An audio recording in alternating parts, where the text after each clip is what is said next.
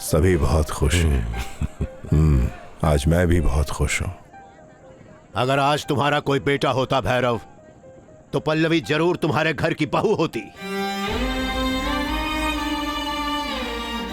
जैसे हम दीवार बन के अपने गांव की रक्षा किया है, उसी तरह मेरा बेटा तांडवा भी हमारे जाने के बाद पूरे गजेंद्रगढ़ की रक्षा करेगा।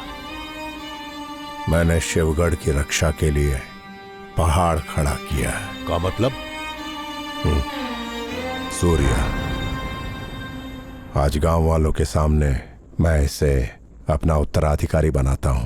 सूर्य, ये मंगनी की रस्म तुम पूरी करवाओगे। जाओ सूर्य।